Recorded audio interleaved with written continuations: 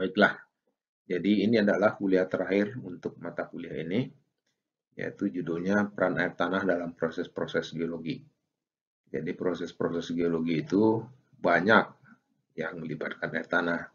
Saya hanya menyampaikan beberapa dalam kuliah terakhir ini.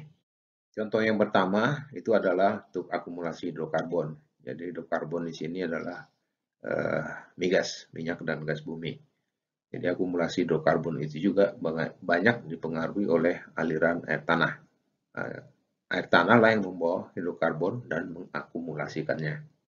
Diagram ini menunjukkan, mungkin saudara-saudara yang dari geologi sudah paham bagaimana pembentukan hidrokarbon. Jadi pembentukan itu di dalam satu yang disebut cekungan sedimen, seperti ini. Cekungan sedimen ini terus turun. Kemudian pada waktu turun, cekungan ini diisi oleh sedimen.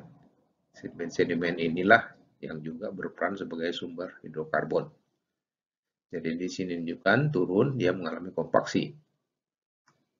Kemudian petroleum fluid, jadi fluida yang mengandung hidrokarbon tersebut ada di dalam sini, itu kemudian karena adanya subsidence turun sini, dia akan bergerak ke arah darat sini, ini laut. Jadi inilah kira-kira, jadi intinya adalah petroleum itu atau hidrokarbon terbentuk pada cekungan sedimen. Jadi cekungan sedimen itu turun terus, kemudian cekungannya itu sendiri diisi oleh sedimen. Dan sedimen inilah yang mengandung hidrokarbon. Jadi pertanyaan kita adalah perannya air tanah itu di dalam proses apa? Jadi air tanah itu berperan dalam migrasinya, migrasi migas atau hidrokarbon tersebut. Nah, migrasi ini sendiri dibagi dua, ada yang disebut migrasi primer dan ada migrasi sekunder. Nanti akan saya tunjukkan gambar di mana perbedaan migrasi primer dan migrasi sekunder tersebut. Untuk migrasi primer, di situ banyak kita terangkan dengan memahami konsep Terzaghi. Konsep Terzaghi ini adalah ini, enggak usah. Konsep Terzaghi adalah ini, dan saudara sudah mempelajari juga konsep Terzaghi tersebut. Baiklah, ini yang saya katakan tadi, gambar yang menunjukkan perbedaan antara migrasi primer dan migrasi sekunder. Jadi kalau kita belajar hidrokarbon, ya kita harus paham apa yang disebut dengan source rock ini di gambar sini. Source rock adalah batuan yang menghasilkan hidrokarbon. Ini biasanya adalah batuan butir halus, lempung, misalnya. Tapi kemudian itu tadi source rock, kemudian kita juga harus paham apa yang disebut dengan reservoir. Reservoir itu dalam kasus ini adalah ini dan ini.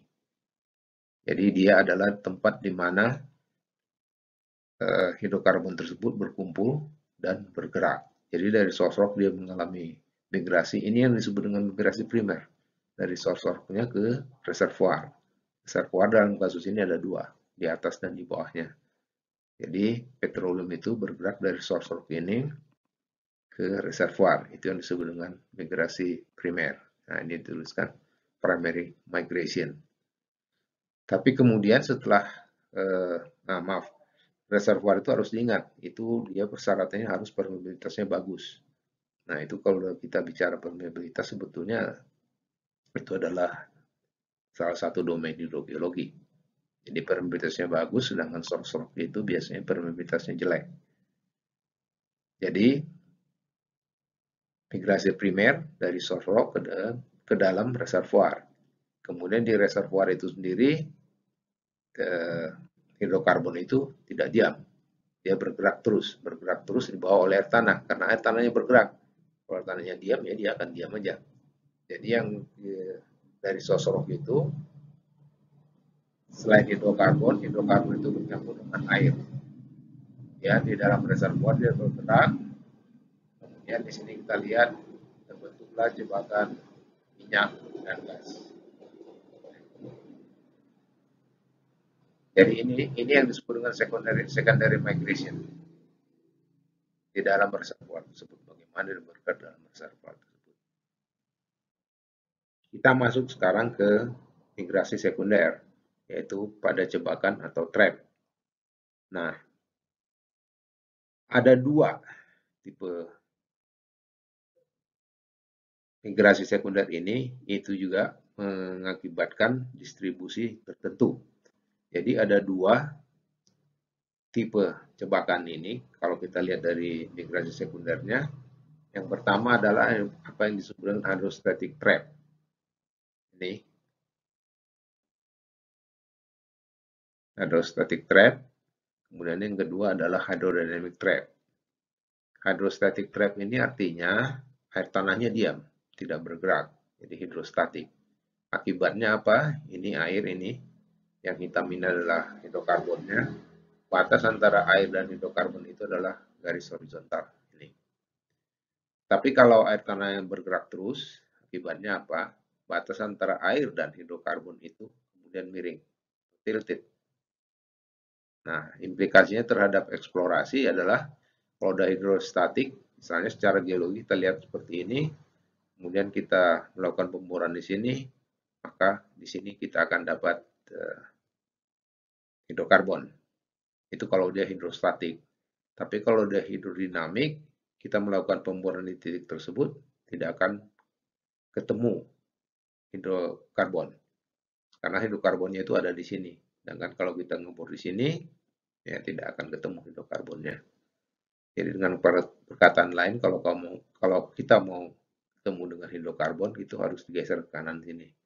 Kita melakukan pemboran di sini, maka akan dapat hidrokarbon.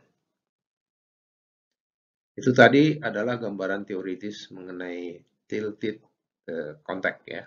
Jadi kontak antara air dan hidrokarbon yang miring. Dan ini saya tunjukkan yang miring itu, kontak yang miring itu yang dari dunia nyata. Di sini dikatakan itu berasal dari Friendly Oil Field di Wyoming. Ini miring. Ini karena adanya air tanah yang bergerak dari sini ke sini, dari east ke west. Kalau dia tidak ada pergerakan, itu dia akan horizontal saja kontaknya itu. Dan ini akibatnya seperti saya katakan juga tadi, ya kalau ini anti-clean, kawan-kawan yang geologis tahu biasanya kalau anti-clean itu, kalau orang cari minyak itu cari hidrokarbon, itu yang dicari adalah puncak anti-clean. Dan biasanya hidrokarbon itu kumpulnya di flank sebelah sini dan juga di flank sebelah sini, di sayap anti-clean tersebut. Tapi kalau kita lihat di sini, yang dominan itu adalah di sayap sebelah barat. Sedangkan di sayap sebelah timur tidak terlalu banyak. Nah, ini ditunjukkan di sini. Kalau pemboran di sini, dia kering. Tidak akan ketemu hidrokarbon. Padahal dia dekat dengan yang hidrokarbon di sini. Sedangkan kalau di sayap sebelah barat, itu sampai ke sini, ketemu hidrokarbon tersebut. Jadi ini sama aja seperti yang sebelumnya, cuman ini adalah dari dunia nyata. Bagaimana kondisi air tanah itu, apa dia bergerak atau diam, mempengaruhi distribusi dari hidrokarbon. Jadi tadi kita telah melihat jebakan hidrodinamik secara teoritis, kemudian di Wyoming, Amerika Serikat. Sekarang kita lihat bagaimana dengan di Indonesia. Jadi kami tempo hari melakukan riset, saya dengan Pak Agus, kemudian Richard Swarbrick dari Inggris, kami coba lihat bagaimana. Dalam kasus ini kami lihat di Kutai Basin. Ini kami sudah publish. Ini saya ceritakan sedikit bagaimana dengan di Kutai tersebut. Gambar ini menunjukkan, ini gambar digambarkan oleh Hubbard pada 1953 ini. Dia yang terkenal untuk berurusan dengan hydrodynamic trap. Jadi di sini digambarkan, kita tadi sudah bicara mengenai tilted, jadi miring. Jadi kontak antara air dan minyak itu miring. Kalau dia hidrostatik, itu artinya air tanah tidak bergerak, ini horizontal. Jadi miring, tapi berapa besar kemiringannya? Nah, inilah yang dijawab oleh Hubbard. Dia mengeluarkan rumus, saya kira ini rumus tidak terlalu susah dimengerti. Ini dia. Tangen alfa itu adalah dz, dz itu adalah ini, dibagi dengan dl, dl itu adalah ini. Jadi ini pelajaran SMP saya kira nih. Tapi kemudian dia menurunkan dz, dl itu, nah itu coba dinyatakan dengan DH. DH itu saudara-saudara sudah tahu H itu adalah hydraulic head.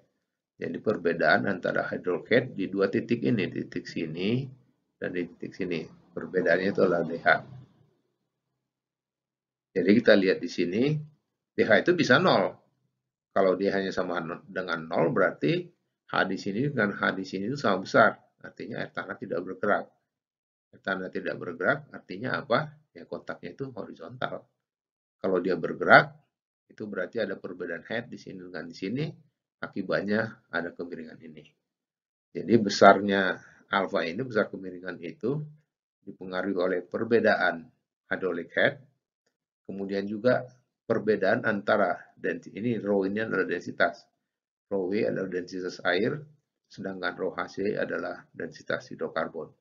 Jadi ini juga mempengaruhi besarnya sudut kemiringan yang kita bicarakan. Oke, kita lanjutkan. Sekarang kita ingin mengetahui kenapa air tanah itu bergerak. Jadi di sini tuliskan major driving mechanism for hydrodynamics. Jadi ada dua mekanisme penyebab gerakan air tanah itu atau aliran air tanah itu.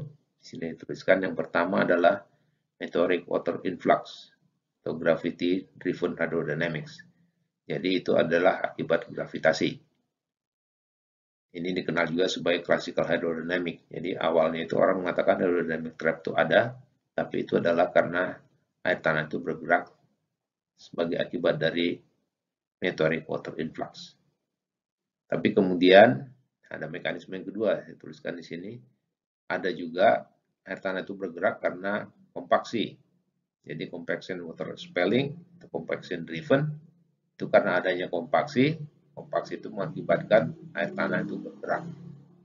Jadi kembali lagi saya ulangi, ada dua mekanismenya.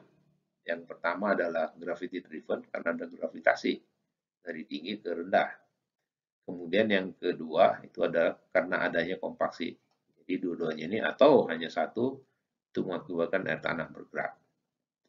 Nah sekarang kita kembali kita sedang berbicara mengenai Kutai Basin. Jadi Kutai Basin ini kelihatannya dua-duanya itu ada. Inilah analisis hipotetis kami. Ini adalah contoh dari Kutai Basin. Dan ini kami ambil dari Koprov 1987, ini lapangan minyak Badak. Jadi di sini kita lihat bahwa kontak antara air yang kuning, kemudian hidrokarbonnya itu yang ini, kontaknya itu kelihatan miring. Dan di sini dideskripsikan sedikit, magnitudenya 2 derajat, kemudian structural depth, jadi kedalaman dia ditemukannya itu adalah kedalaman sekitar 5.000 feet. Kemudian arah kemiringannya itu adalah north-northeast. Dan ini kalau dibandingkan dengan pergerakan air tanah, ini adalah arah pergerakannya itu sama dengan arah pergerakan air meteorik. Jadi arah kemiringan oil water contact-nya itu sama dengan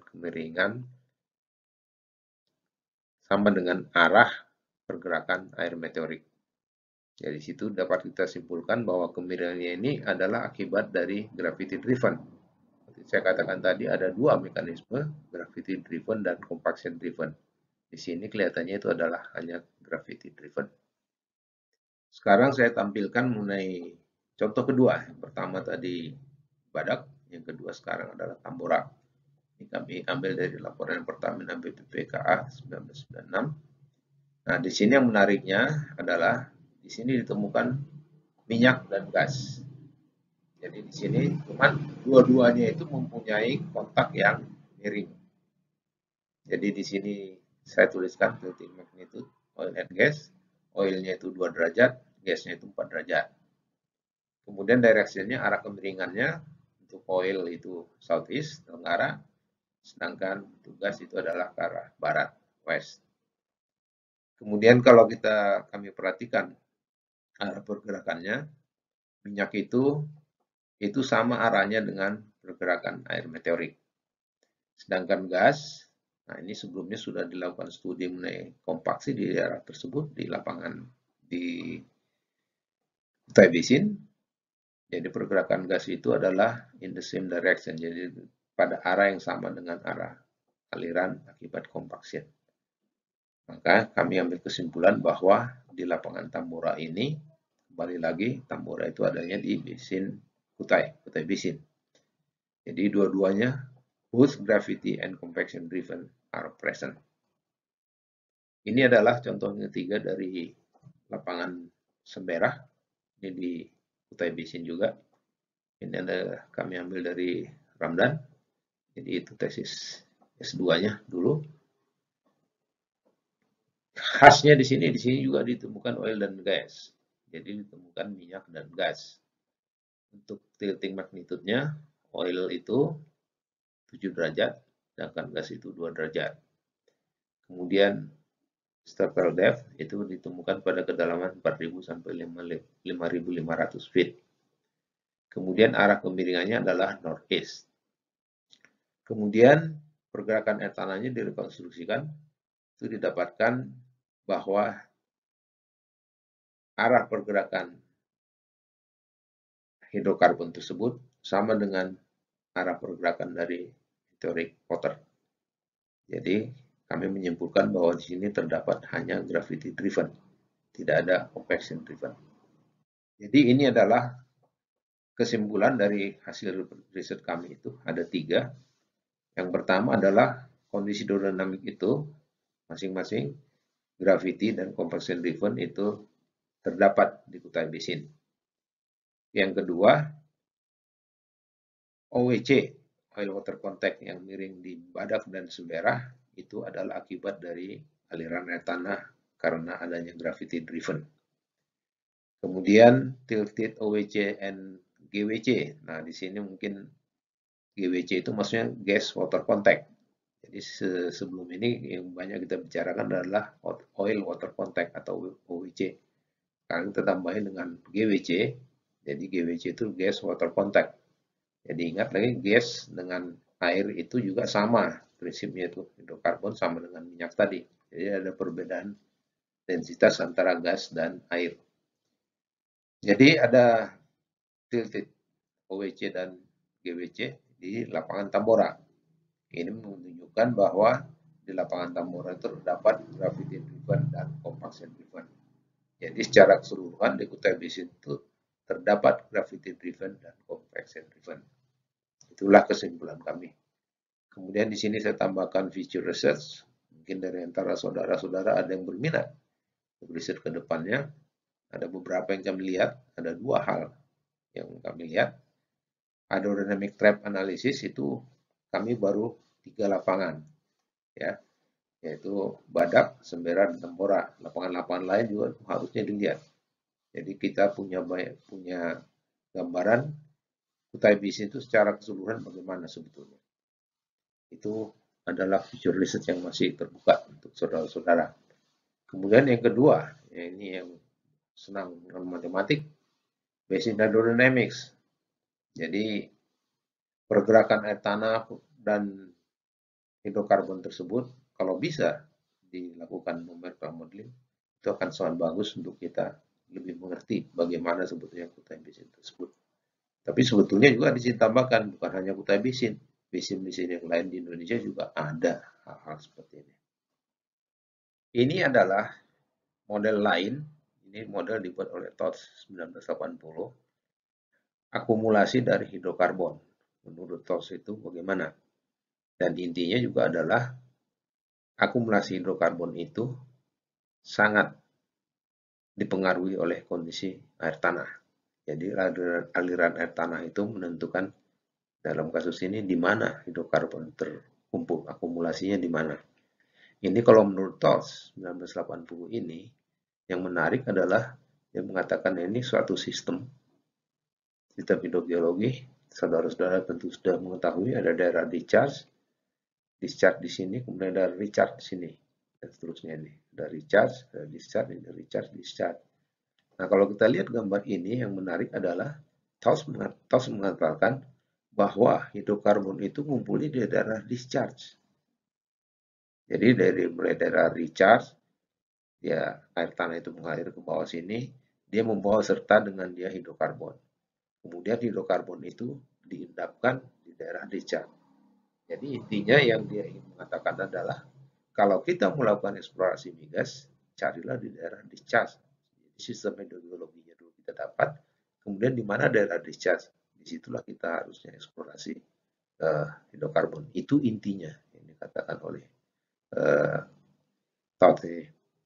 Dan ini sebenarnya ide ini saya lontarkan cukup lama, tapi belum ada yang berminat. Lihat bagaimana di Indonesia.